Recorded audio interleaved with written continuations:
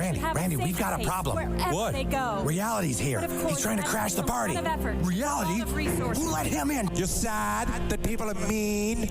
Well, I'm sorry. The world isn't one big liberal arts college campus. I don't have an agenda. Like, I want people to do something. I need them to do something. I want them to avoid irrationality. I guess what interests me is just like what interests everybody else. It's just sort of what feels real. That was totally wicked!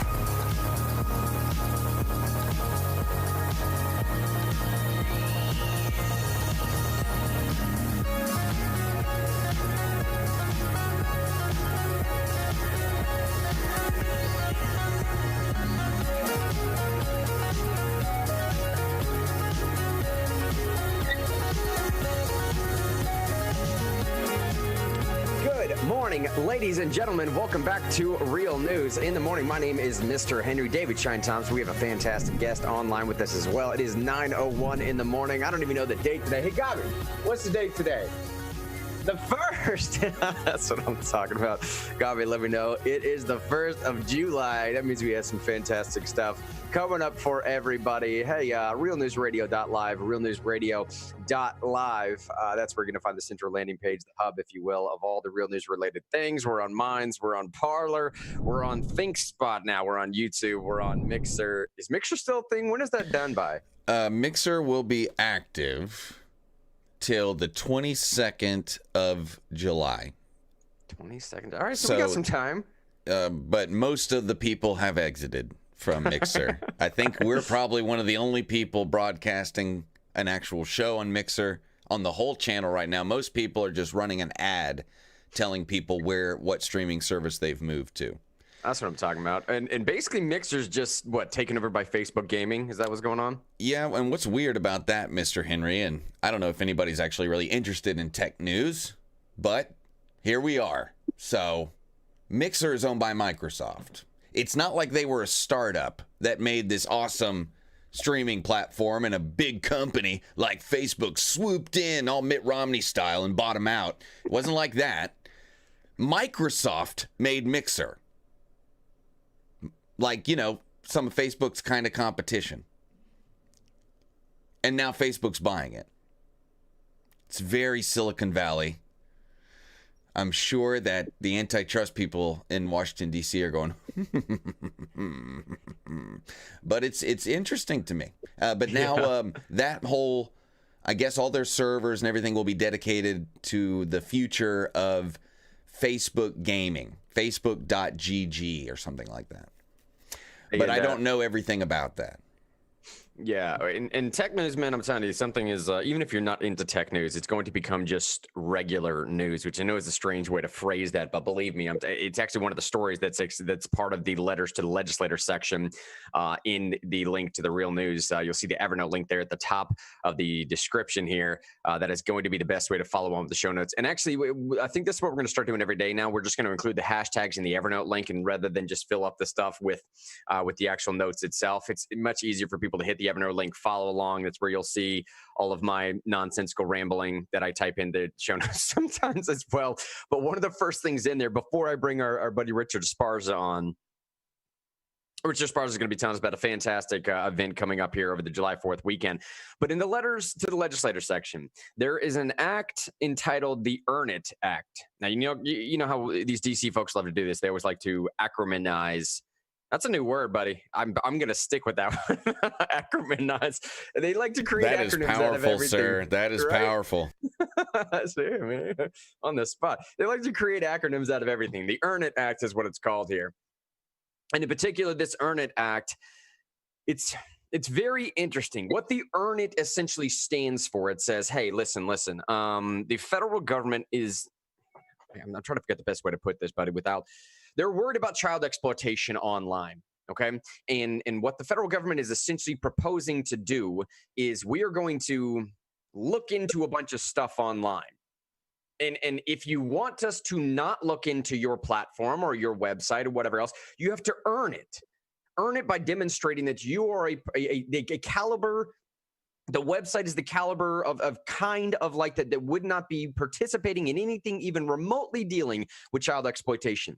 Now, that's a very strange way to present that. And I know I even somewhat stumbled over the presentation because it's far more complex than that. And I was trying to figure out the most simplistic way to do it possible. I got a simplistic way to do it, Grant. Yeah, we're going to take your freedom. Yeah, and we're going to do it for the children. To save the children. Yeah. That's it. That's exactly it. Just like when they want to put more money into a failing school or a failing government program, what are we doing it for? The children. And see, that's why I presented it that way, Sean. It's because I'll read this right now, okay? So the Wired.com has a great breakdown of this entire thing. It says, though it seems wholly focused, it meaning the Earn It Act, though it seems wholly focused on reducing child exploitation, the Earn It Act has definite implications for encryption. And it's weird because the act itself doesn't necessarily directly implicating encryption. It doesn't necessarily define it or name it directly, but it does have implications for encryption. Now, this goes on to say, if it became law, companies might not be able to earn their liability exemptions while offering end-to-end encrypted services. This would put them in the position of either having to accept liability, undermine the protection of end-to-end encryption by adding a backdoor for law enforcement access. That's the important part. Or avoid end-to-end encryption altogether.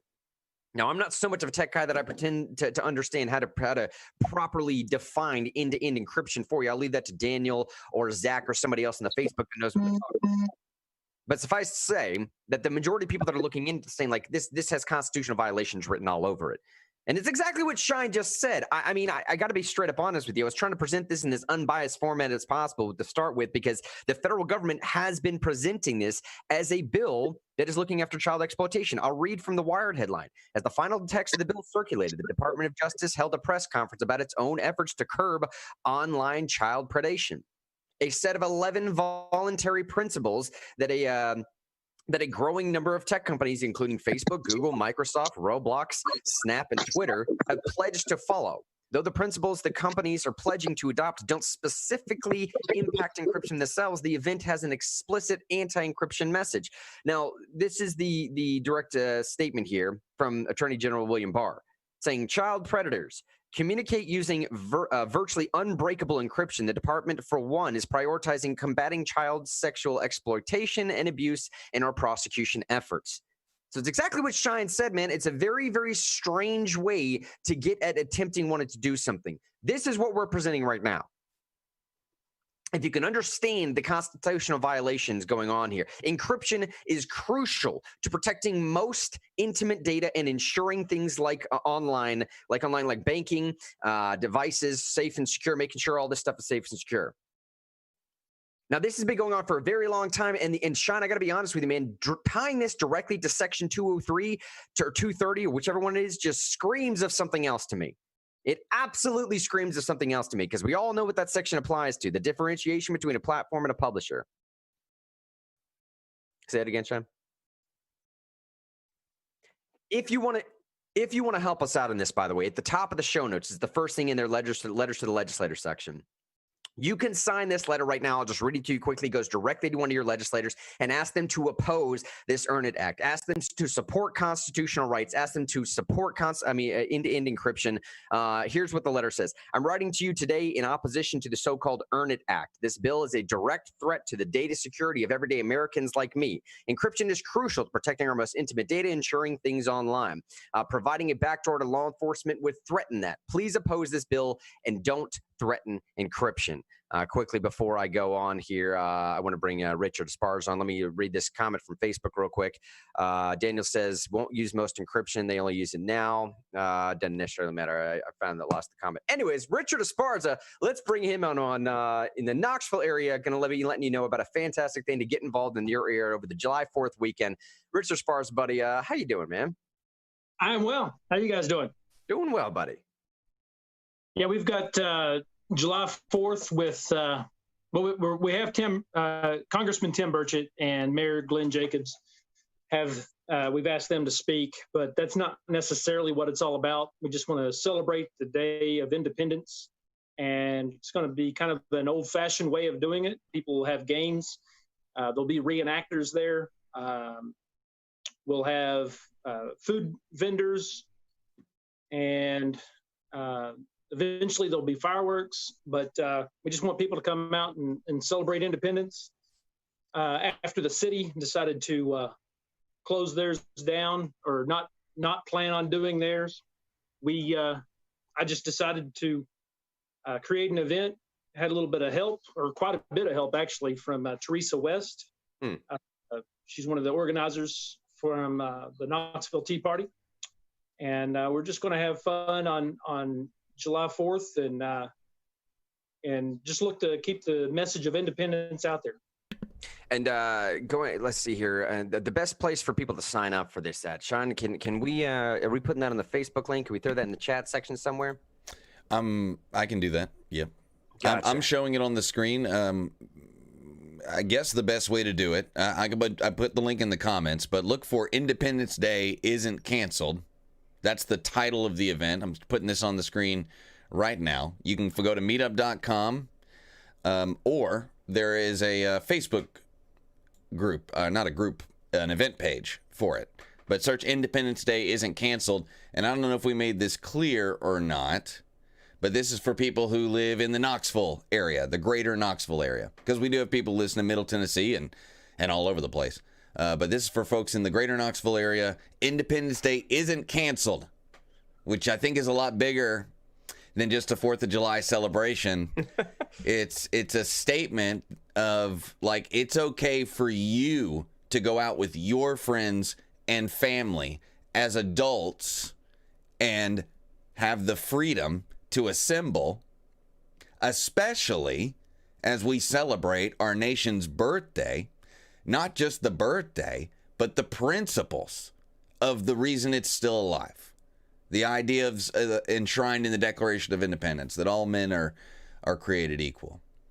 You know, we it's a really nice thing, and I really appreciate Richard Esparza, Teresa West, Congressman Burchett, Mayor Glenn Jacobs for wanting to be a part of it and to celebrate our break. Because if everybody else gets to, well, everybody else, if one group that has been deemed the priest class of all of us gets to go out and celebrate whatever they want to celebrate, then we should be able to go out and celebrate our birthday.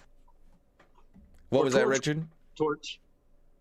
I said, or torch what they want to torch. Right. Yeah, I guess so. Which there will be none of that at this party, by the way. But yeah, some fireworks. Yeah, but Independence Day is not canceled. It is happening. And if you want to be a part of it, you can, I'll put this link in the chat right now. Here it is, by the way. Independence Day is not canceled. Independence Day isn't canceled. That'll be July 4th, 5 p.m. That's Eastern Standard Time. There's going to be competitions going on there, complete with winning ribbons. There'll be games on site for people to play. Life-size Jenga. That's crazy. Cornhole, horseshoes is going to be free to add those if you like. We're also going to be giving away a 50-50 raffle with 50% of the proceeds going to help veterans rations. Entertainment, obviously going to be there with people walking around doing reenacting. There's going to be a bunch of other stuff. DJ Roz, our very own DJ Roz from the original Real News family, going to be providing music and sound. Obviously, like it was mentioned before, Knox County Mayor Glenn Jacobs is going to be there. Congressman Tim Burchett will be there.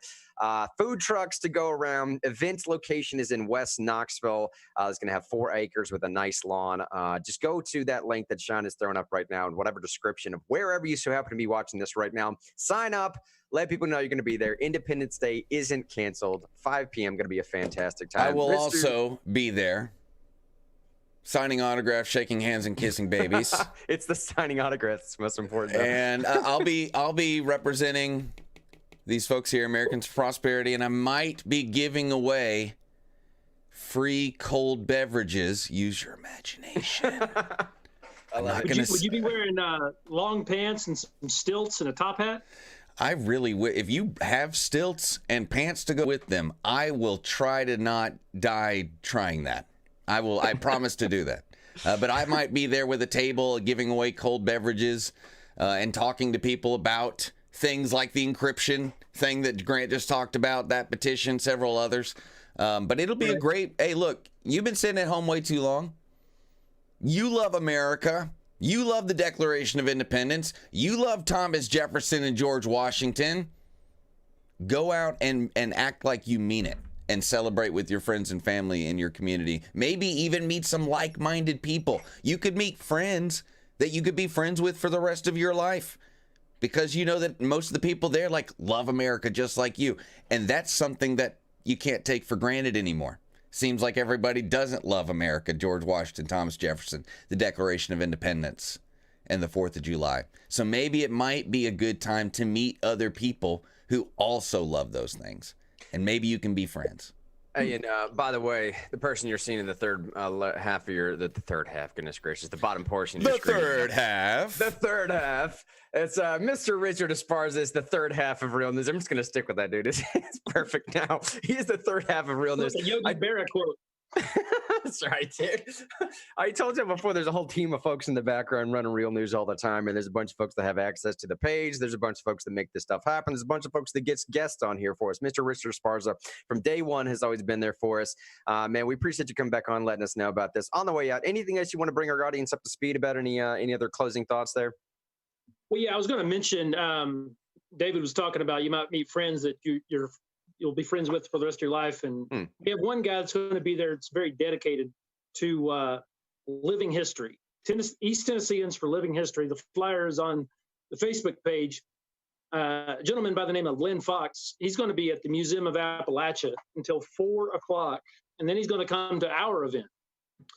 And he's going to be dressed in wool all day. It's going to be 90 degrees. And he's just dedicated to people understanding history and knowing history. And I just wanted to give a shout out to him and appreciate him very much. Man, I appreciate you giving us that plug. Everybody show up there, shake hands. Well, maybe don't shake hands. Do what you're going to do. See what's going on. I'm shaking hands. You're shaking hands? I'm shaking. Hey, man. Hey, if consenting adults want to shake my hand, as long as there isn't snot rolling out of your face with red eyes and stuff, I'm probably going to be okay with it, you know? Hey, libertarians, you do you. That's what this weekend's about, man. Absolutely. Mr. Richard Esparza, love you, buddy. Thanks so much for coming on. We'll talk to you soon, man. Yeah, thank you, guys. Thank you, Richard. Let's bring this a little bit more local here as well in the Nashville area. Hit the story real quick, and then I want to go into the major headline for today, which I'm sure people are quite perplexed by, as I was when I was reading it through last night. Violence cures COVID. That is apparently a real study now, believe it or not. It's science, okay? It's science, okay? It's science. Don't argue with science, Grant. Here's the headline coming from Nashville, by the way. Middle Tennessee. News Channel 5 is reporting, asking the question, could we be headed towards a second shutdown as new COVID-19 cases continue to climb once again? That's sort of one of the other themes for today. That's the new narrative that's being pitched, or also, I suppose the narrative again that's being pitched. The question comes as more restaurants are announcing temporary closures because of COVID-19 contact during the city's rebound. Now, Vanderbilt University Dr. William Schaeffner, says that we could very well see a tightening of some restrictions this summer, but likely not a complete shutdown again. He said, quote, if we look at the impact of the first serious shutdown had on our economy, the disruption of life, it was so profound. I don't think we could go through that sort of complete shutdown again. Absent a calamity, I think what we might do is close bars or other activities for a while, other group activities for a while. It would mark as a possible step back toward tighter restrictions right as much as the economy is getting going again. Now, this doctor went on to say that people need to understand if COVID numbers begin to decrease after the city puts tighter restrictions back in place, people can't stop wearing masks. Quote, the notion that we can do this for a short period of time and get it over with, that's incorrect. We're going to be doing this for months. The city of Nashville recently issued an order requiring people to wear masks. We actually covered that story yesterday, as I'm sure you all were aware. And the city of Nashville basically said, to catch those up that are just now joining us, in Nashville, there is a mandate to wear masks unless you have a medical reason, but you don't actually have to cite what that medical reason is. And it doesn't apply to government buildings, either state or federally owned buildings. So my question was, well, who does this apply to then? Conversely, in Knoxville, Mayor Kincannon basically said, we're going to do the same thing, a mask mandate, but it only applies to those that are inside government owned buildings. As far as doing one over the other, I would take the latter. That's just my personal opinion, if you had to choose between the two. Going back to the story, the city of Nashville recently issued an order. We just went over that. The data is clear. This is coming from Dr. Alex Jarnigan. Wearing a mask reduces the chance of contracting COVID. Now, this doctor explained that the city has reached a point at which officials have decided to mandate masks versus having going back to the previous phase of reopening. And I wanted to end with that point right there, Sean. I mean, I suppose if that's the proposition that's being pitched to the majority of people right now is like, do we either go back to a phase where we shut everything down again, or you wear masks? Well, I don't know, man. I don't know if you want to go ahead and outright call that some kind of false dichotomy, a false choice. But in some sense, man, if that's the way that it's being pitched, it's like, well, if you either got to wear a mask or shut everything down again, of course everyone's going to choose the wearing mask, man. Obviously, everybody's going to choose the wearing masks. But if I could jump into the national part of this story, because I think this is going to take up most of the show. This is where I get a little bit conflicted, man. And Sean, if you want to follow me in the show notes, jump all the way down near the bottom of the page where you'll start to see the bottom of the show notes where you see the COVID stories. I see them. One of these I start here by saying, as it turns out, COVID-19 only infects certain political ideology, if you will. Now, this is where a lot of people get confused. And we said a long time ago, Sean, did we not? We started one of these on this program that we're doing here with Real News, building this community. Again, real quick, the motto of this community is to build a space where you can have open, calm, cordial dialogue. You can exchange ideas with people that you disagree with. Shine came in the back end a couple years later as we started working for Americans for Prosperity and added at the back end saying, so that when we have disagreements, it's disagreements amongst friends and not enemies. I cannot tell you how powerful that is. During this exchange of ideas, though, man, some of this stuff is becoming very confusing for people. And when we started this whole community building thing again, we said, government, whoever, fill in the blank, you're only going to get one real shot at making this claim to the American people. One real shot of this pandemic claim. And if nothing really materializes afterwards, a lot of people are going to start to encamp and entrench themselves on either side here. It's going to be very difficult to get them back out of that. And if you make this a political issue, they will take it as a political issue, whoever the proverbial they is. Here's one of the headlines we see today going to prove this point. U.S. lockdown. The U.S. lockdown protests. This is coming from The Guardian. U.S. lockdown protests may have spread virus widely, cell phone data suggests. I don't want to spend too much time on this because I think you can fill in the blanks of where this is going. This obviously indicates that if you get a whole bunch of people that are huddled together for a prolonged period of time while there's a pandemic occurring, it is likely, if not highly likely, that there's going to be a virus spread between those individuals. And if you track cell phone data later on, you can almost, in some sense, track how this virus has been spreading out to other communities. And if you track that cell phone data to see that they went back onto possibly even other states, you could possibly track it that way. Now, asserting causality may be an exceedingly difficult thing to do, meaning to say that someone picked it up during one of these protests and then took it back to the state and then planted it over here, it would be exceedingly difficult because, I don't know, man, any number of other variables. I mean, how could you do that unless you're painting some kind of tag on the virus itself that you can follow? Nevertheless, this is a headline you've been seeing going around for quite some time. The Guardian saying that U.S. lockdown protests may have spread viruses widely. And then, frankly speaking, in a very strict factual sense, that's not entirely surprising to most people. Conservative, liberal, Democrat, Republican, Libertarian, Green Party, it doesn't necessarily matter. If you just look at science or data or whatever else, if this were true, I'm not even making a claim as if it is true yet. If this data were true, it wouldn't be entirely surprising to people that something like this could happen. Now, unfortunately, this is where you start to lose the American people. What I mean by that is the next headline. Where you start to lose the American people is the following headline. That following headline essentially saying, can we figure out a way to politicize this thing now? Like, you know, I know we were trying to do that before when we came back, and then, like, you know, Republicans were saying that they were upset about the shutdown because it was destroying business, and Democrats were all about the shutdown.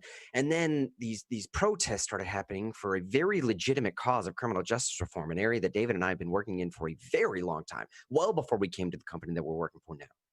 Quick hardline of delineation. This show is on our own behalf, not speaking for any other company or organization. But then the protests started happening, and then that whole narrative started to shift. And all of a sudden, Democrats were about protests and Republicans weren't. So I was thinking at that time, all right, cool. Maybe you can cut out the bias altogether. Maybe the punditry just stops. Maybe science will reign supreme. What's science be praised, Shine, right? Maybe the science, the data will bubble up. The sun has gone down on the science god. It's the sun is setting on science for sure. That is true, right? but I was thinking maybe you can get the politics out of it. Oh, dude, that was too naive of Mr. Henry. Because here's the headline we have now: Colorado Sun. I'm not exaggerating when I read this article. I'm you can see it in front of your face. Shine's going to pull it up. Black Lives Matter protest may have slowed the overall spread of coronavirus in Denver and other cities, this new study finds. Now, I know I'm going to let this marinate for a second before I get into what that study is, because the study itself proves an entirely different point that I've been making well before this pandemic came around. Pause. This is the main problem that people are having with the COVID-related conversations. It's become inherently politicized. Everything we talk about now, there's so much vitriol attached to all of this stuff, man. It's saturated. It's saturated with it. You can't even bring this conversation up. You can't go into a public place without almost like deeming people, oh, he's wearing a mask, Democrat, he's not wearing a mask, Republican. It's like, come on, man. That has nothing to do with it. It should have nothing to do with it. But because we're all told that it does have something to do with it, now all of a sudden we have to play our parts. And when the media presents to me that the lockdown protests are spreading violence, but the other protests are not spreading violence, I have to think like, well, this is a fairly selective virus. I suppose if you're politically woke enough, it's not going to do anything to you. Like, what insanity is this? We have all lost the plot. And the media is just complicit. Not even complicit, man. That's a terrible word to use. They're the ones that are driving all this nonsense. All right, so that's surface level. Okay, hey, let me reframe it too. Yeah. If you believe you can be saved, if you believe, if you follow that belief, then the virus will just part in front of you as you walk. That's what it feels like anyway. That would make sense. It's like some kind of weird religious claim. You can be saved from the virus if only you believe the right stuff. I don't know. Am I being hyperbolic when I say that? No, that's how the headline is presented. That's exactly how the headline is presented. And frankly, that's how you're going to hear the juxtaposition between these two headlines come up for most of the day. But I think the main story is actually embedded within that study of the Colorado Sun itself. Let me dive into this because this proves an entirely separate point without hiding the ball too much here. That point being, to my woke friends, especially to my woke liberal friends, one more time, beware. Be wary during this particular time period of your extreme virtue signaling coming off as racist. This is what this headline, this study is an extremely racist study, and they have no clue. They are blissfully unaware that they have just perpetuated one of the most racist stereotypes that there ever has been, and saying that because of the racist stereotype that we are somehow going to cure coronavirus. Here's what it says, quote, I'll start right here with the doctor itself saying, we think what's going on is people who are not going to the protest and staying away. So it's not necessarily that some of the protests themselves don't jump between certain individuals. They made that very clear to begin with. We think what's going on is it's the people who are not going to the protest. They are staying away, staying home. Now, some of you have already jumped a couple squares ahead of me. Pause for a second, because you see where I'm going with this. You see where the study's going with this. I'm going to say the overall effect for the entire city is more social distancing because people are avoiding the protests.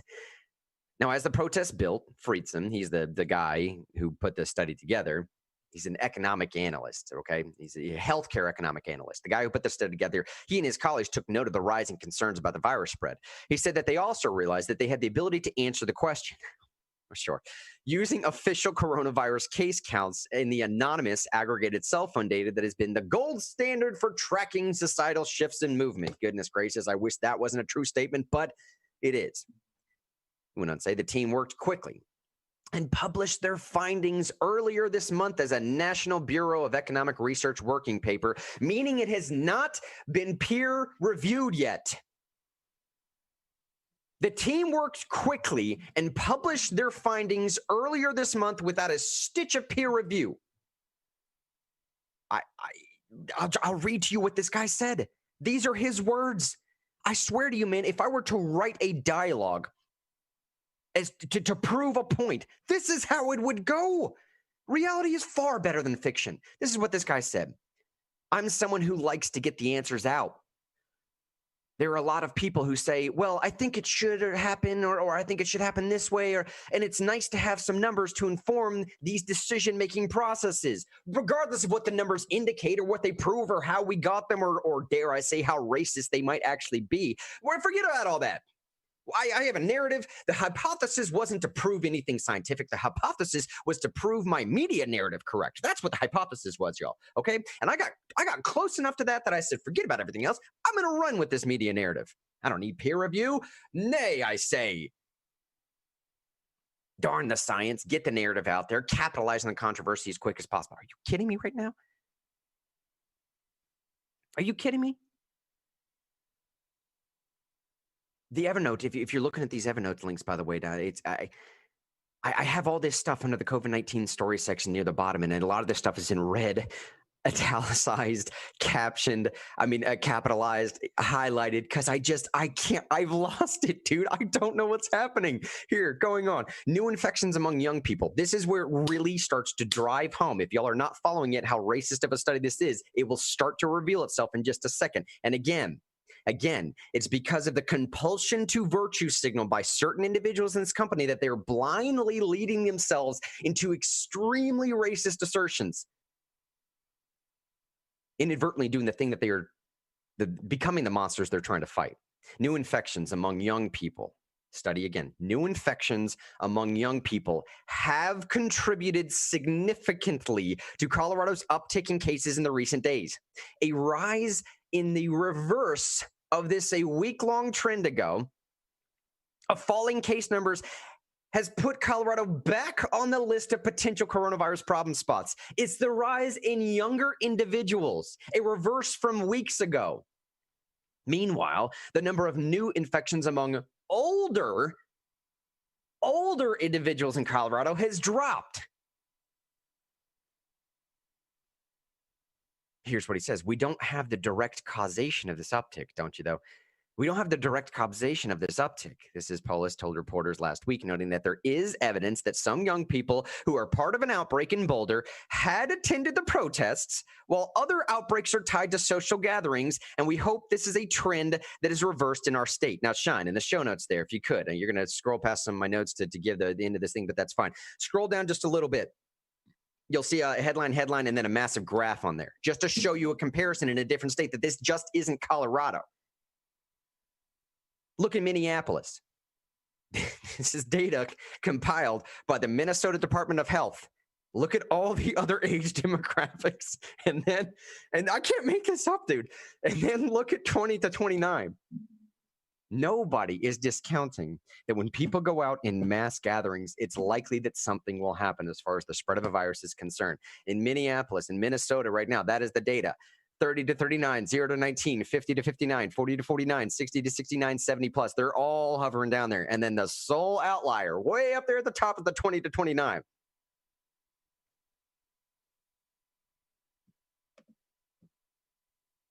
Now, go back to Colorado here for a second. Colorado is basically saying the exact same thing. Okay, so what ends up happening in Colorado is we have a massive downtrend in our older people, and we have a massive uptick in our younger people. Now, keep in mind, the headline did not necessarily say that to be fair, the headline didn't say that viruses don't spread during a Black Lives Matter protest. It just said that the Black Lives Matter protest may have slowed the overall spread in Denver and other cities. Well, how does that happen? He says, we don't have the direct causation of this uptick. So the argument is literally as follows. Young people did, in fact, get and spread the virus at a significantly higher rate than the rest of the population. In fact, it can be traced directly to the amount of young people at the protest. Their words, not mine. But we think this might have decreased the infection rate of older people because they were too scared to show up where the protests were happening. Are you serious? This is why I'm saying, to prove the point that I started this whole rant with, that people become inadvertently racist when they signal to the virtue too much. They are so naive. They are blissfully unaware that's even what they're doing. I could not have hoped. You can't write a better script than this. Hollywood could not have paid $100 million to get Channing Tatum on a movie to do it any better than this. They literally published a study without it being peer-reviewed. that essentially says that these protests, because of the inherently violent nature of the protests, people were too afraid to show up. Therefore, stay-at-home orders are working. You know that meme where it's like with the head exploding? That's where I was when I was reading this. And if you don't take my word for it. Don't take my word for it. Read the following 2 paragraphs.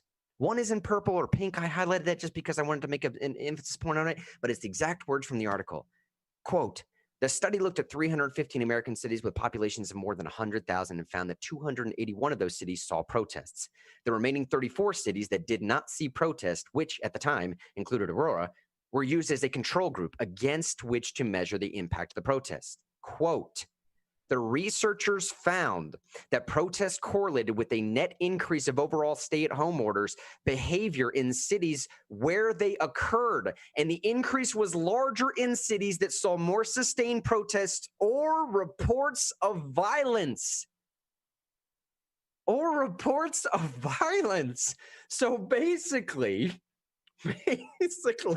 this article is making the claim that Black Lives Matter is responsible for a decrease in COVID-19 cases because Black Lives Matter is inherently racist during their protests. Dude, that is one of the most absurdly racist and blanket statements that I have read on this program, arguably since we've been doing this.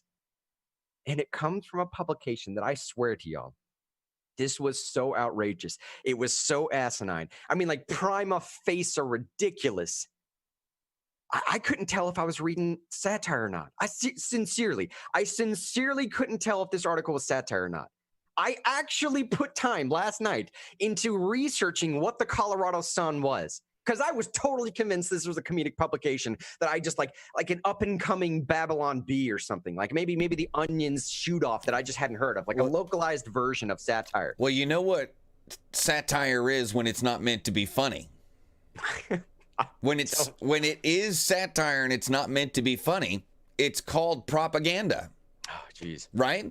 Yeah. When you're printing something or writing something or saying something or drawing a picture to make a point, and that point has nothing to do with reality, and you're not trying to be funny, but you're making a political point in order to change people's minds, that's called propaganda. And if you're lying about it, it's called black hat propaganda.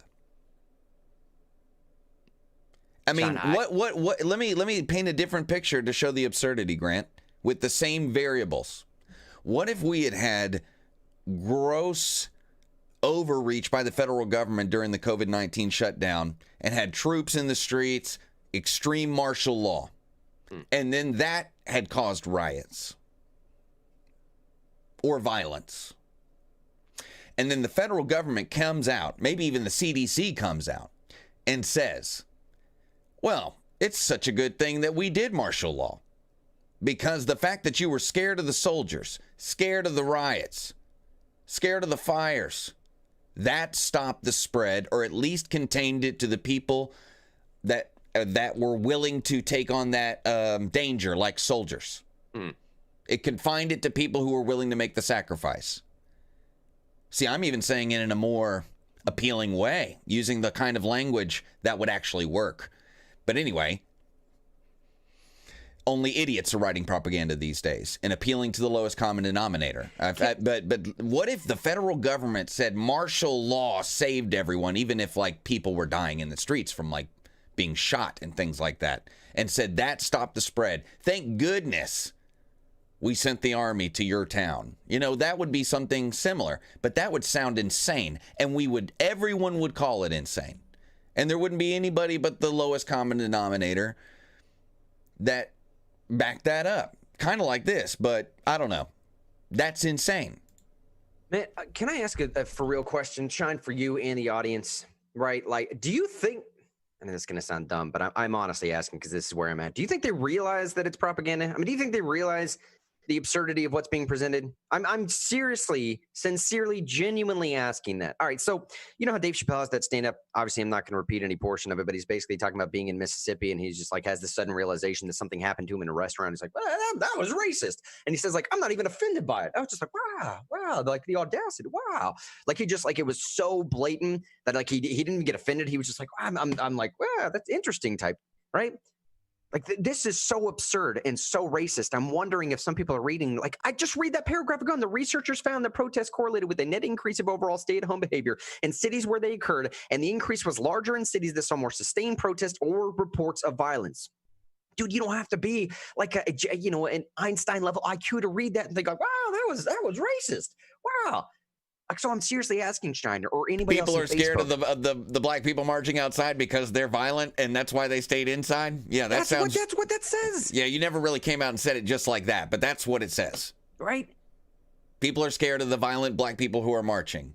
According to this guy, by the way, I'm not saying that. Grant's not saying that. I'm saying we that's would racist, never dude. say such a thing. Dude, right? We would never paint anybody in a whole group as something because we believe in individuals. But I think there are varied levels of it, Grant. There are people who are sold out to a reality not based in reality, right?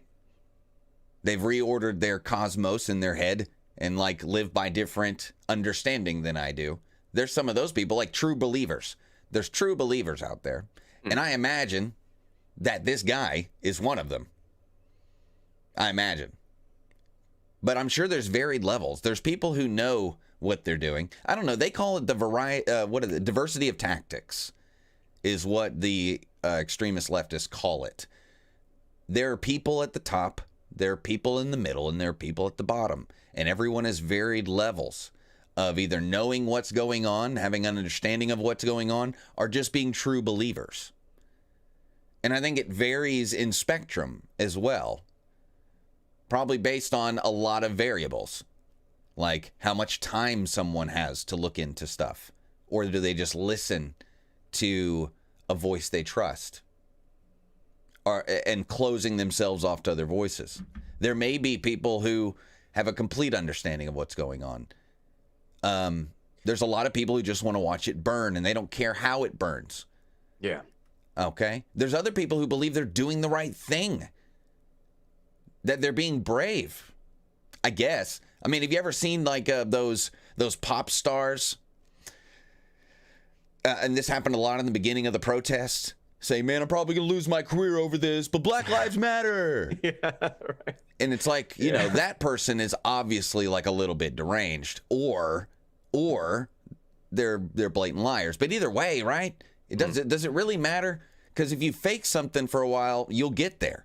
If you fake an ideology but act it out, bodily act it out, go through these rituals, eventually you'll be a believer, even if you're just acting it out. So a lot of people are on a spectrum,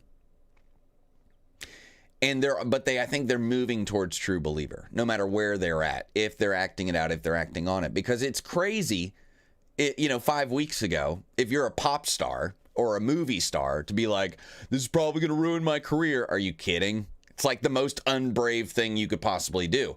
It's like the in thing right now. Why would you even say that? I don't know.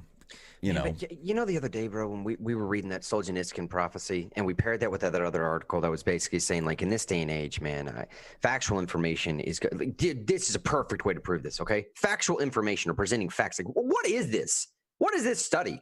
This is alleged facts. 315 American cities we studied with more than 100,000 people found and 281 in the city. Like, they have numbers they can throw out there. It's data and stats and graphs and charts, and it's facts. In some sense, it's a factual presentation. But goodness gracious, man, the thing that it ends up proving is not at all what I think they attempted to end up proving. And it's kind of what Shine is saying right now. I think one of the best ways to get at the heart, I'm not looking for argumentation here, man. I'm going to get at the heart of persuasion, of what a rhetoric is. Rhetoric, the original study of persuasive conversation, not just through some sense of an old adage of love and being cordial and all this stuff that we like to pitch on real news. That is clearly a thing. But ultimately, what I think people need to get down to is dive into the true promise that liberty was meant to deliver. True individuality, true responsibility.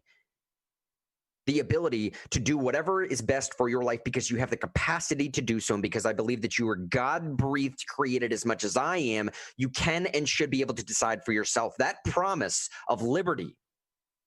That's what we were saying the other day, man, where we were talking about you have to get past some of this factual information that just confuses people. It's like a fog you have to work through, or a forest where you have to clear the shrubway out to begin with so that you can get to those underlying assumptions, presumptions, presuppositions, possibly even. that are driving people's worldviews. I think a little bit of what Shine was just saying, it's not necessarily, you can't necessarily blame any one individual for their presuppositions driving something in a religious sense. That's where we are.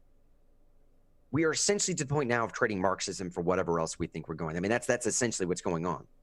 And the promise of one side is not necessarily lading up. And I think what's ended up happening, Shine, is that a lot of people are finding that the husk and shell of this fruit looks very, very appetizing.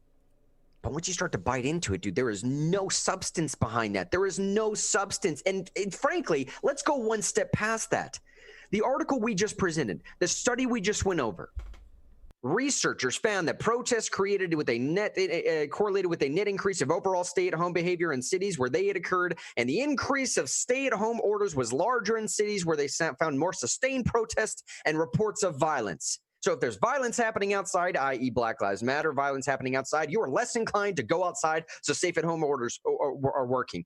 That is not just a lack of substance from the shell. That is something perversely different from what you thought you were going to be getting.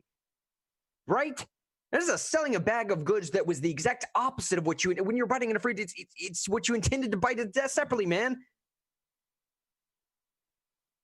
And meanwhile, dude, when we have other stuff going on like this, you have some stories that are leading to think that stuff is going crazy and we're losing liberties and then we can't just follow along. There's some stories that just don't get presented on. Go back up a little second ago here, man. Let's hit the chat real quick before I switch around. By the way, I've been seeing a bunch of shares and likes and whatever else. And again, in all sincerity, y'all, I know those that follow the tech world and those that do some podcasting or whatever else themselves, y'all probably realize how important and helpful that is to us. But if I could express it one more time without being a broken record about this, for real, we seriously appreciate when you do the likes and the shares and the comments and everything else. It is the sole thing that helps tweak that algorithm. So thank you. It really does. It really helps a lot. Every little like helps. So if you've been watching the show this whole time, you're enjoying it, please hit the like button, whether you're on YouTube, Mixer, Twitch. I think there's one person watching us on Twitch right now. We would appreciate a like. It'd be honestly, so great.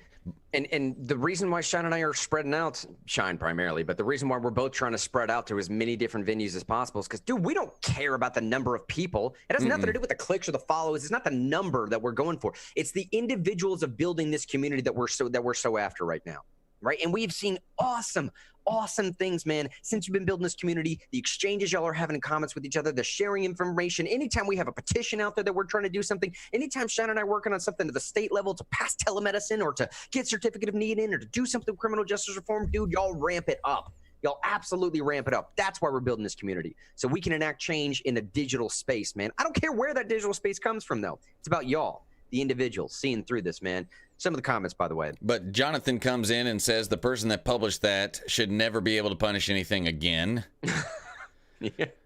He also says, Kel says, either way, they get to pat themselves in the back and say, we told you. Jonathan says, most viewers think the media is propaganda. I mean, look at the most trusted news source. That should tell you something. I think he's referring to CNN. That's their motto. Kel says, yes, it would be impossible for them not to. Cody says, low information voters. Daniel says, all voters are low information voters. Yeah. I won't go that far, but you can't live in a world that we live in right now and not kind of be like, wait a minute, am I the only one who knows what's going on? Or is it just like this little real news? But that's not true. I think most people just want to live their lives, and they're not engaging in this. Yeah. They don't even want to engage in the fight, because who would want to? People are getting fired from their jobs. People are coming onto people's front yards and breaking down their gates. A lot of people just want to be left alone. And those are probably smart people. It's smart. And if you have something to lose, you don't want to get involved in this fight or whatever's going on. I don't necessarily want to call it a fight, but I don't know. I don't go around thinking you're the only smart person, though. It's kind of a dangerous way to think. You know? Hey, Sean, let me do some live programming here, man. We got about 11 minutes left in the show this morning. Do you want to end it on about a 10-minute laugh, happy meme review notes? Maybe go some Twitter headlines, or do you want to hit another serious story in the last couple minutes here? Okay, all right. Well, let's hit another story then. As we're talking about stuff being shut down because of COVID-19. It's hard to find if there's any potential wins going on at all. But I guarantee there are. I guarantee there absolutely, absolutely are. Scroll back up just a little bit there, Sean. It's the first thing mentioned under that COVID-19 story. And this, again, is one of the themes of media not paying attention to the things that probably should be paying attention to because it doesn't fit whatever narrative is trying to be pushed. And again, when I say stuff like that, just so y'all realize, when I say stuff that like media narrative isn't being fit, I don't care. You fill in the blank of whatever the media is. It doesn't matter to me if it's Fox News or CNN or literally anything in between. I don't care if it's Huffington Post or if it's Breitbart. I mean, whatever spectrum weird thing you want to go to on either end, it doesn't necessarily matter. At this point, I don't really know if there is such a thing as just objective reporting. Unless you maybe have some kid out there with an iPhone that's like streaming on his page and not saying a single word. Like if it's just a literal firsthand account, like maybe there's still something with that and maybe we're coming back to that. I digress. Here's the headline. It's COVID-19 religious liberty ruling. What in the world? A religious liberty ruling coming out of the COVID situation? You are kidding me. No, I'm not. But this is a federal judge ruling this in New York City. Did you hear about this? Guarantee not. This is breaking news at the beginning of this week. Nobody picked up this, though. Federal judge in New York has ruled that Mayor Bill de Blasio and Governor Andrew Cuomo have violated the Constitution by discriminating against religious groups, striking down COVID lockdown orders that prevented outdoor and indoor religious activities. Dude, that is a massive ruling. Now, granted, some southern states have already started to preempt some of this stuff. And I said this to begin with, y'all. One of my first sort of critiques when these southern states were saying, like, we're going to let churches do their thing. Wait, okay, that sounds good, sure. But you also realize if you don't do that, you're going to have major constitutional implications. This proves that point. Going on, here's the story. In a case brought by Catholics and Orthodox Jews, Judge Gary Sharp said that the mayor and the governor treated mass protests better than religious assemblies, which sent a clear message that this is quote, sent a clear message that mass protests are deserving of preferential treatment, but religious groups were not. Now, the way that this works in the law is that you can have a law that applies equally to everything. I mean, it can even be slightly discriminatory or overtly discriminatory in nature, as long as it discriminates against all of it, everything. If it discriminates against a particular protected class, that's where you run into a problem. So what this ruling was essentially saying is like, you guys were passing discriminatory laws. You were passing laws that were restricting civil liberties, and you were only restricting certain people's civil liberties. How do you not see this? Going on to say, citing, quote, simultaneous pro-protests, anti-religious gathering messages, Judge Sharp ruled that the order violates the First Amendment because they don't apply equally to religious assemblies and secular assemblies. Again, if you want to shut them all down, that's fine.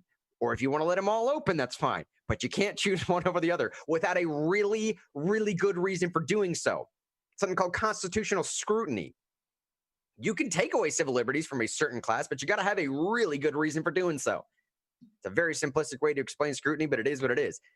Judge Sharp based his ruling on precedents from a prior Beckett law case where other courts had ruled that religious groups should not be targeted for special disfavor by government officials. Now, that link, it's not showing up as blue hyperlinked, but it is in there. If you want to pull that up sometime in your own time for more reading, by all means do so, because that does a fantastic job of giving you yet one more case in a different state where something like this similar happened. There are religious liberty wins all over the place that nobody's reporting. There are liberty wins all over the country right now that nobody's reporting. And it is such a shame that that's not going on. Because the amount of fervor that this fills me up with, that's not the best word. That's not the best word. The amount of encouragement that this type of story fills me up with. I've said this multiple times before. I could read one story about a liberty win, and it would do way more than 30 or 40 other stories about something that I'm just frustrated with. I mean, that's what wins do. That's what encouragement does. But these are the stories that need to be reported on for liberty lovers. They went on to say here the targeting here was particularly obvious as the mayor Bill de Blasio repeatedly signaled out Orthodox Jews. My message to the Jewish community and all communities is this simple. The time for warnings has passed. That was his words, man. His words. My message to the Jewish community and all communities is this simple. The time for warning is past. On another occasion, Mayor de Blasio told a reporter, quote, I'm sorry, but that religious worship was not the same question as protests. Evidence of discrimination against religion and his preference for specific type of speech and exercise. That's what the evidence that they used. Judge Sharp also noted that New York wants to limit houses of worship to 25%, while retail restaurants and office spaces opened at 50% indoor capacity. Religious services were limited to 10 persons in outdoor services, while other outdoor graduation ceremonies were allowed to have up to 150 people. It's just 2 or 3 different types of factual trading examples as to, hold on, bro, like 25, 50%, 10 people, 150 people. What are you doing? Finalizing this whole thing by saying this is a big win for religious freedom. Religious groups are not looking for special treatment during a time of pandemic. They're looking for equal treatment. This is what a Judge Sharp's decision today says directly to Mayor Bill de Blasio and Governor Cuomo. And I thought this was a very important story to bring up, at least during the talk about the COVID-19 situation, man, because in some strange sense, the person that has been leading the Democrat Party has not been Joe Biden. It has been Andrew Cuomo, especially a few months ago, man, where it was literally like trade back and forth. There were articles indicating, there were articles from the Washington Post that were straight up saying, for every hour that President Trump was on air, Andrew Cuomo should have an hour of equal time on air as well. Andrew Cuomo, Governor Cuomo, not the guy that's running against Trump. So to have a ruling like this come back out, I mean, it's fantastic. And try and go all the way back up to the national story show notes if you could, man. Some of the most frustrating portion of everything that I've been over today, of the COVID conversation, now somehow bleeding into the politicization, I butchered that word, politicization of the protests that are going on. The real tragedy, I believe, that's happened in all of this is we have just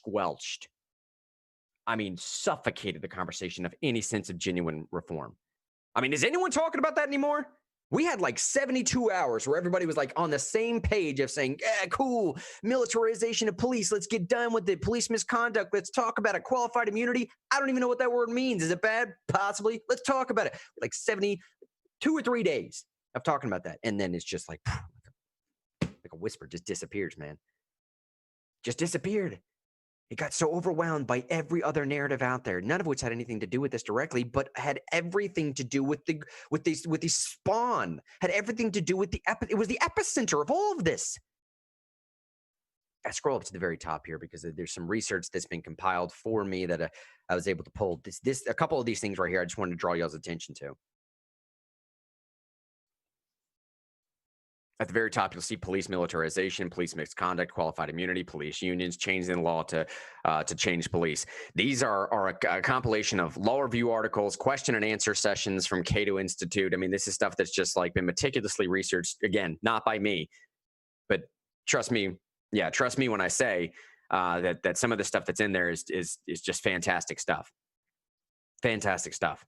I mean, stuff that I think should just make sense to a lot of people. Actually, I think it was even Eric that one of these articles, like equip police more like Batman and G.I. Joe. I saw a number of people share this article across Facebook. I mean, just some of the simple points that are made in that article is like, since 2006, police departments have produced over 435 armored vehicles, 533 military aircraft, 93,000 machine guns. Recent research suggests that police departments' growing use of these military weapons contributes to an uptick in police violence, or at least the sensation that that's going on, or at least the mentality that people have when that stuff is going on. 1033 programs is another fantastic thing about militarization of police. Watchmen or warfighter. And okay, so if you don't want to follow along, because I'm hearing some of these retorts right now already. Again, follow me. How I got here, how I finally got to the criminal justice reform conversation is that we started with another aspect of shutdown here in Nashville because of the COVID conversation. The COVID conversation led us into a study that is arguably the most racist study I've ever heard in my entire life, that basically says Black Lives Matter protests are inherently violent. Because they're inherently violent, people stay at home more. Because people stay at home more, that's why there's been a decrease in COVID cases. Dude, the most racist thing I think I've presented on this program in a very long time. A study from an extreme left-leaning site, by the way, inadvertently stumbling into becoming the monster they're trying to fight. And how I got back to criminal justice reform, follow me along, is that this whole thing, all of it was supposed to start with conversations about legitimate change. So one more time, let me please pitch. Can we decentralize this decision-making? Can we decentralize some of this power structure?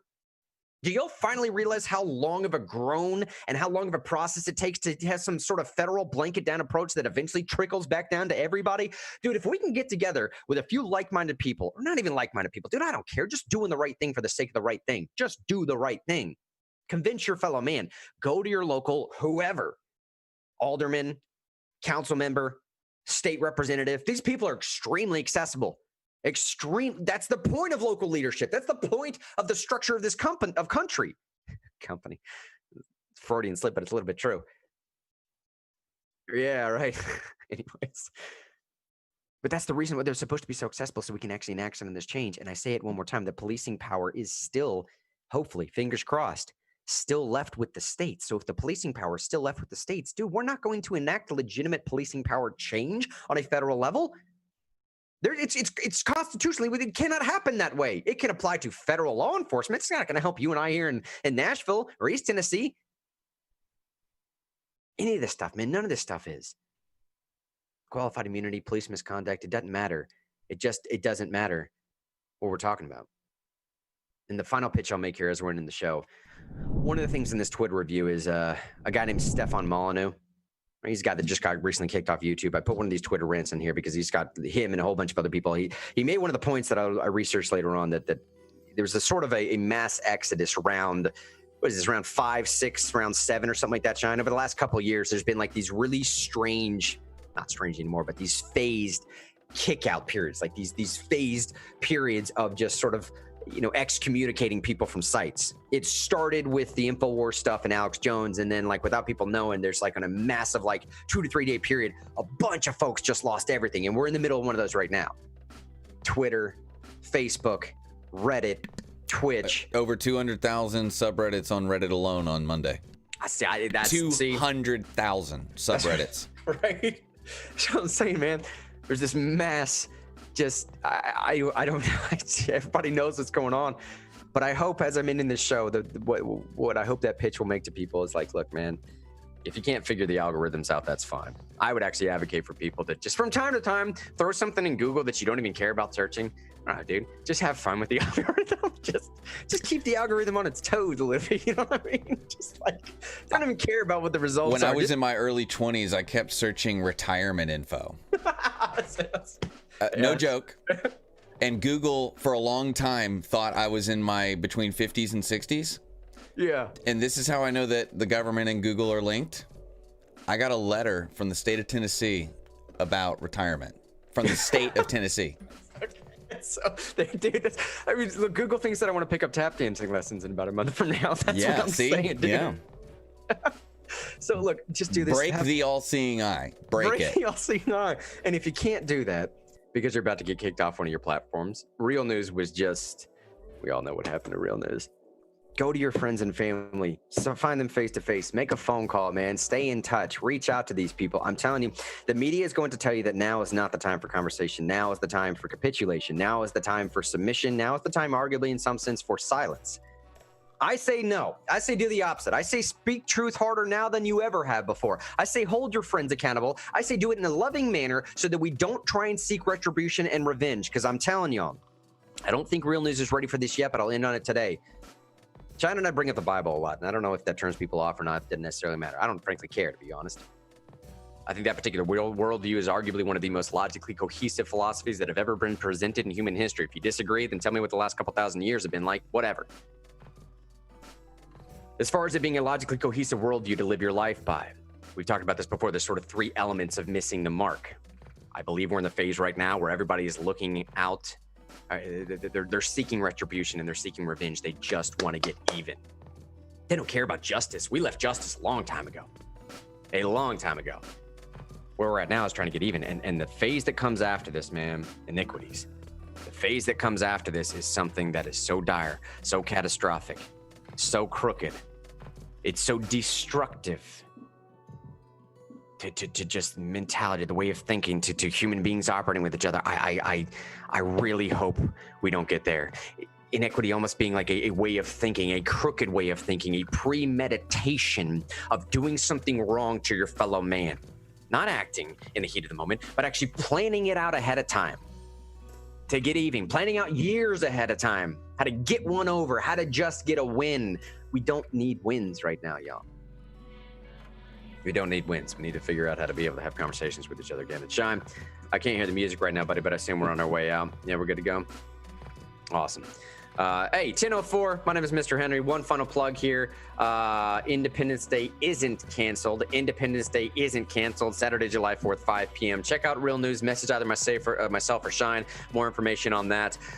Pledge at the top of the show notes as well. The Earn It Act. Sign that pledge. Send a letter to your legislators. Tell them that we need end-to-end encryption. We do not want police officers to have a backdoor to your data.